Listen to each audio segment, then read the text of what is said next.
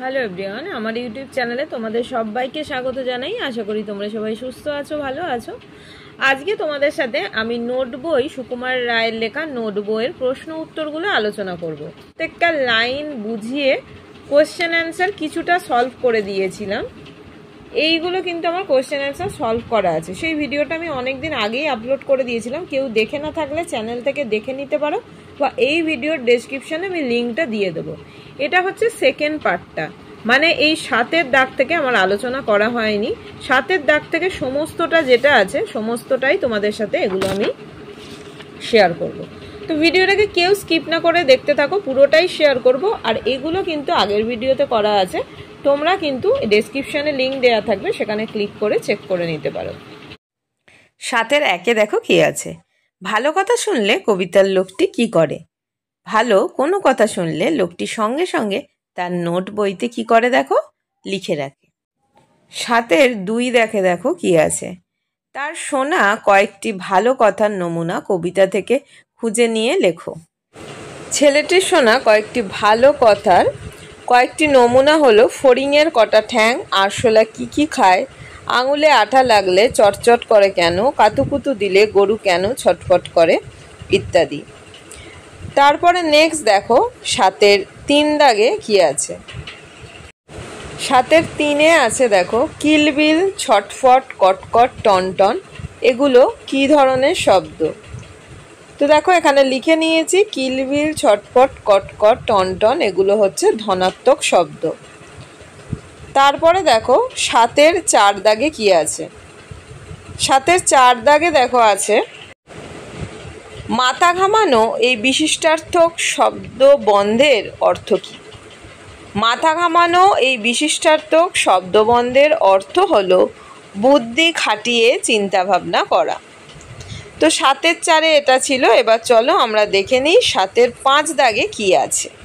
দেখো 7-এর 5 দাগে আছে ভালো কোনো প্রশ্ন মনে এলে বক্তা কার সাহায্য নিয়ে সেগুলোর উত্তর জেনে নেয়। ভালো কোনো প্রশ্ন মনে এলে বক্তা মেজদার সাহায্য নিয়ে সেগুলোর উত্তর জেনে নেয়। তো 7-এর 5-এ এটাই ছিল। এবার চলো দেখি 7-এর 6 দাগে কি আছে। তো দেখো 7-এর 6 দাগে আছে মানুষের কাছে নোট বই থাকাকে কি তুমি জরুরি বলে মনে করো? দেখো উত্তর কি লিখেছি, প্রত্যেকটি মানুষের অবশ্যই নোট বই থাকা উচিত, কারণ তাতে মানুষ তার প্রয়োজনীয় ও জরুরি কথা লিখে রাখে। নানা অজানা তথ্য তাতে লিখে রাখলে জ্ঞানের ভাণ্ডার বাড়বে। আর এটা একটা তাদের কাছে ইনফরমেশনও, কেননা কোনো জরুরি বা প্রয়োজনীয় তথ্য সেটা লিখে রাখলে সেটা অনেক সময় সেফ থাকে। এখনকার যেমন দেখো মোবাইলের যুগ, সেগুলো অনেক সময় না হলে মোবাইল হারিয়ে গেলেও কিন্তু এটা সেফ জায়গায় কিন্তু আমাদের কাছে আমাদের নোট বইটা থাকে। 7-এর 7-এ দেখো কি আছে। তুমি যদি নোট বই কাছে রাখো তাতে কি ধরনের তথ্য লিখে রাখবে? উত্তর দেখো কি লিখেছি, আমি যদি নোট বই কাছে রাখি তাহলে তাতে আমি আমার প্রয়োজনীয়তার কথা লিখে রাখব। এটা আলাদা আলাদা ব্যক্তির কাছে আলাদা রকম হতে পারে। এখানে আমি এই উত্তরটাই লিখেছি, তোমরা যদি আরও কিছু এখানে অ্যাড করো সেটা কিন্তু করতে পারো। তারপরে দেখো 7-এর 8 দাগে কি আছে। 7-এর 8-এ আছে জোয়ান শব্দটিকে দুটি অর্থে ব্যবহার করে আলাদা বাক্য লেখো। জোয়ান, আমরা যে জোয়ান খাই, হজমের মশলা এটা বলতে পারি। আর একটা জোয়ান দেখো, জোয়ান মানে ইয়ং, যেটাকে যুবক বলে। ভারী খাবারের পর জোয়ান খেয়ে নিলে হজমের সুবিধা হয়। তারপরে হচ্ছে জোয়ান ছেলেটি, মানে যে যুবক ছেলেটি সেটি কি, জোয়ান ছেলেটি কঠোর পরিশ্রমী, তাই সে সফলতা লাভ করবে। এখানে কিন্তু আমাদের মিনিংয়ের যেটা সেইটা না লিখে যে ওয়ার্ডটা দিয়েছে সেটা দিয়ে লিখতে হবে। যেমন দুক্ষেত্রেই দেখো জোয়ান কথাটা দিয়েই কিন্তু আমরা বাক্যটা লিখেছি। তারপরে নেক্সট দেখো কি আছে। 7-এর 9 দেখ, আগাগোড়া এমন বিপরীতার্থক শব্দের সমাবেশে তৈরি 5টি শব্দ লেখো। ভালো মন্দ, সমাজে ভালো মন্দ মিশিয়ে মিশিয়ে নানা চরিত্রের মানুষের দেখা মেলে। দিনরাত, পরীক্ষার আগে সে দিনরাত পড়াশোনা করছে। তারপরে দেখো আছে লাভ ক্ষতি, ব্যবসাতে লাভ ক্ষতি উভয়ই হতে পারে। তারপরে আছে আয় ব্যয়, তার আয় ব্যয়ের কোনো হিসাব নেই। নেক্সট দেখো তারপরে কি আছে, ছোট বড়। ছোট বড় কাউকেই অসম্মান করা উচিত না। তারপরে নেক্সট দেখো কি আছে, 7-10 দেখো কি আছে, কবিতাতে কোন কোন পতঙ্গের উল্লেখ আছে। কবিতাতে 2টি পতঙ্গের উল্লেখ আছে, ফড়িং ও আরশোলা। তারপরে দেখো নেক্সট কি আছে, 7-11 দাগে দেখো কি আছে, কবিতায় উত্থাপিত কোন কোন প্রশ্নের উত্তর তুমি জানো।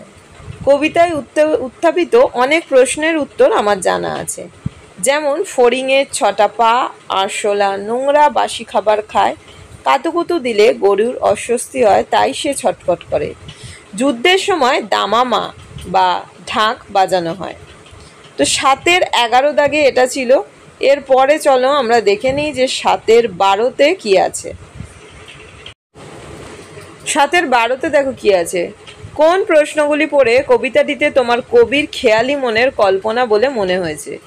কবিতাটি থেকে অনেক প্রশ্ন খেয়ালি মনের কল্পনা বলে মনে হয়েছে, যেমন গরুকে কাতুকুতু দিলে গরু কেন ছটফট করে, ঝোলা গুড় সাবানে দেয় না পটকায়, তেজপাতায় তেজ কেন, লঙ্কার ঝাল কেন, ফোড়া কেন টনটন করে ইত্যাদি। তা এই যে জিনিসগুলো আছে সেটা কিন্তু এই কবিতাটি পড়ে কবির খেয়ালি মনের কল্পনা বলে মনে করা হয়েছে, সেটা বলা যেতেই পারে। তো চলো তারপরে নেক্সট কি আছে আমরা দেখে নিই। নিচের শব্দগুলোর গদ্যরূপ লেখো। দেখো লেখা আছে তাই, সেটা হবে তাতে, তারপর মোর, সেটা হবে আমার, তেজপাতে, সেটা তেজপাতায়। তারপরে 9 আছে নিচের সর্বনামগুলোকে বাক্যে ব্যবহার করো। আমি দিয়ে আছে, আমি প্রতিজ্ঞা করেছি যে আমার বোনের দায়িত্ব পালন করব। মোর, মোর প্রাণে গান জেগেছে এই ঘন বর্ষার সন্ধ্যায়। কে, কে দিয়ে লিখেছি তোমায় কে ডাকছে মনে হচ্ছে। কার দিয়ে কি লিখেছি দেখো, কার দিয়ে লিখেছি এই কলমটি কার। তারপরে লিখেছি দেখো কাকে দিয়ে, মা আর বাবার মধ্যে তুমি কাকে বেশি ভালোবাসো। তোমরা লিখেছি তোমরা সবাই পরীক্ষায় উত্তীর্ণ হয়েছ। তারপরে নিজে, রাম নিজে তার ছোট ভাই বোনেদের দায়িত্ব নিয়েছে। এগুলো কিন্তু তোমরা যদি মনে করো এগুলো কেউ লিখবে না, একটু চেঞ্জ করতে পারো বা অন্য রকম মনে হলেও কিন্তু তোমরা এগুলো লিখতে পারো, সে বিষয়ে কিন্তু কোনো প্রবলেম নেই। তো তারপরে দেখো কি আছে, চলো সেগুলো আমরা দেখে নিই। দেখো এখানে বিশেষ্যগুলিকে বিশেষণে আর বিশেষণগুলিকে বিশেষ্যে লেখো। একদিকে বিশেষ্য করে নিয়েছি, একদিকে বিশেষণে। দেখো মন, এদিকটা হয়েছে মানসিক। চটচট বিশেষণে সেটা লিখেছি চটচটে। জবাব বিশেষ্যতে লেখা আছে, বিশেষণে সেটা হয়েছে দেখো জবাবি। তারপরে দেখো বিশেষ্যতে কি আছে, বিশেষ্যতে লেখা আছে পেট, বিশেষণে সেটা গিয়ে লিখেছি পেটু। তো তোমরা এইগুলোকে কিন্তু স্পেলিংগুলো খুব ভালো করে কিন্তু খেয়াল করো। তো যাই হোক, তারপরে দেখো কি আছে, চলো তারপরেরগুলো শেয়ার করা যায়। এবার দেখো লিখেছি 11 দাগে নিচের বাক্যগুলির উদ্দেশ্য বিদোহ 2 অংশ সম্প্রসারণ করে লেখো। ওরে রামা ছুটে আয়, নিয়ে আয় লণ্ঠন। তাহলে এটাকে সম্প্রসারণ করে লিখবো, মানে আরেকটু বাড়িয়ে লিখবো। কি লিখেছি, ওরে বোকা রামা তাড়াতাড়ি ছুটে আয়, নিয়ে আয় কাঁচের লণ্ঠন। বিস্তারিত মানে এটাকে আমরা একটু আরও বাড়িয়ে নিয়ে লিখব। তারপরে দেখো 11-2 দাগে কি আছে, দেখো 11-2তে আছে এই দেখো ভরা সব কিলবিল লেখাতে। তো এই দেখো ভরা সব কিলবিল লেখাতে বিস্তারিত করে যখন আমরা লিখেছি, কি লিখেছি দেখো, এই দেখো খাতাটা ভরা সব ছবি আর কিলবিল লেখাতে। তারপরে দেখো 11-3 দাগে কি আছে, তো দেখো 11-3 দাগে আমাদের লেখা আছে যে জবাবটা জেনে নেব মেজদাকে খচিয়ে। কঠিন জবাবটা বিস্তারিত করে লেখা, এটা দেখো কঠিন জবাবটা জেনে নেব বুদ্ধিমান মেজদাকে খচিয়ে। তো এইগুলো কিন্তু তোমরা একটুখানি বাড়িতেও প্র্যাকটিস করতে পারো, বা তোমরা একটুখানি এটা ঢেকে দিয়ে কমেন্ট বক্সে আগে লিখে তারপরে কিন্তু অ্যান্সারটা চেক করতে পারো, তাহলে তোমাদের কিন্তু অনেকটা এটা প্র্যাকটিস হয়ে যাবে। তো তারপরে দেখো 11-4 কি আছে, ঝাল কেন লঙ্কায়, অনেক ঝাল কেন লাল লঙ্কায়। তো এরকম অনেক ভিডিও আমার চ্যানেলে আছে, যদি কেউ দেখে না থাকো, কেননা অনেকটা গ্যাপ হয়ে গেছে। তোমাদের বলেছি যে নোট বইয়ের যে ভিডিওটা করা এর আগেরটা সেটা ডেসক্রিপশানে দেয়া আছে, সেখান থেকে পারলে তোমরা দেখে নিতে পারো, কেননা ওই ভিডিওটা অনেক আগে আমার করা হয়ে গিয়েছিল। তো কেউ না দেখে থাকলে ওখান থেকে চেক করে নিও। আর ভালো লাগলে অবশ্যই চ্যানেলকে সাবস্ক্রাইব করে পাশে থাকা বেল আইকনটা প্রেস করে দিও। সাবস্ক্রাইব করতে বলে তোমাদের এই কারণে যে ভিডিওর নোটিফিকেশানগুলো তোমাদের কাছে পৌঁছে যাবে, যে কোনো ভিডিও ছাড়লেই তোমাদের কাছে পৌঁছে যাবে। আর ভালো লাগলে অবশ্যই লাইক করো আর কমেন্ট করে জানিও যে তোমাদের ভিডিওটা কীরকম লাগলো। 11-5 আছে দেখো, বলবে কি তোমরা ও নোট বই পড়োনি। কী লিখেছি, ঘরে গিয়ে বলবে কি তোমরা ও ভালো ভালো নোট বই পড়োনি। তারপরে দেখো 12তে নিম্নরেখ অংশগুলির কারক বিভক্তি নির্দেশ করো। কাল থেকে মনে মোর লেগে গেছে খটকা। অধিকরণ কারক থেকে অনুসর্গ। এইগুলোকে ভালো করে খেয়াল করবে, এখানে কিন্তু কারক আর বিভক্তি দুটোই আমাদের বের করতে দিয়েছে। তো নিচে দেখো ওই জন্য অধিকরণ কারকে থেকে অনুসর্গ, এটাতে অনুসর্গটা মেনশন করা আছে, ঠিক আছে। তারপরে দেখো ওরে রামা ছুটে আয়, সম্বোধন পদে কি এটা দেখো শূন্য বিভক্তি। এবার আর একটা কথা বলি, আমার কিন্তু দেখবে কারকের ওপর একটা ভিডিও আছে, ওটারও এটার ডেসক্রিপশানে লিঙ্ক দিয়ে দেবো, যদি না কেউ দেখে থাকো ওখান থেকে দেখে নিতে পারো বা চ্যানেলে গিয়েও চেক করে নিতে পারো। ওটা কিন্তু একটা উদাহরণের ওপর তোমাদের সুন্দর করে সমস্ত কারকটা বোঝানো আছে, কোনো অসুবিধা হবে না। শুধুমাত্র জিজ্ঞাসা করে বা ওই একটা মাত্র এক্সাম্পলে কিন্তু তোমাদের কারকগুলো পুরো বুঝতে পারবে তোমরা। দেখো তারপরে 12-3 আছে, পেট কেন কামড়ায় বলো দেখি পারকে। কর্তৃকারকে শূন্য বিভক্তি।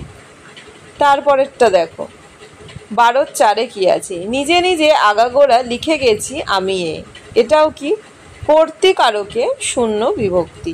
তো কেন এগুলো কর্তৃকারক হচ্ছে, কেন এগুলো শূন্য বিভক্তি হচ্ছে, তো সেই জন্য বললাম যদি তোমরা ওই ভিডিওটা দেখে নাও তাহলে কিন্তু পুরো ডাউট থাকলে কোনো সেটা কিন্তু ক্লিয়ার হয়ে যাবে। তো তারপরে দেখো 12-5 কি আছে, এই বেলা প্রশ্নটা লিখে রাখি গুছিয়ে। এটাও দেখো অধিকরণ কারকে শূন্য বিভক্তি। তো এইগুলো একটুখানি খেয়াল করো। আর আজকে আমি ভিডিওটা এখানেই তোমাদের সাথে শেষ করলাম। নোট বইটা তাহলে পুরোটাই কিন্তু তোমাদের সাথে আলোচনা করা হয়ে গেল। Thanks for watching. সবাই খুব ভালো থেকো, সুস্থ থেকো, সাবধানে থেকো, টাটা।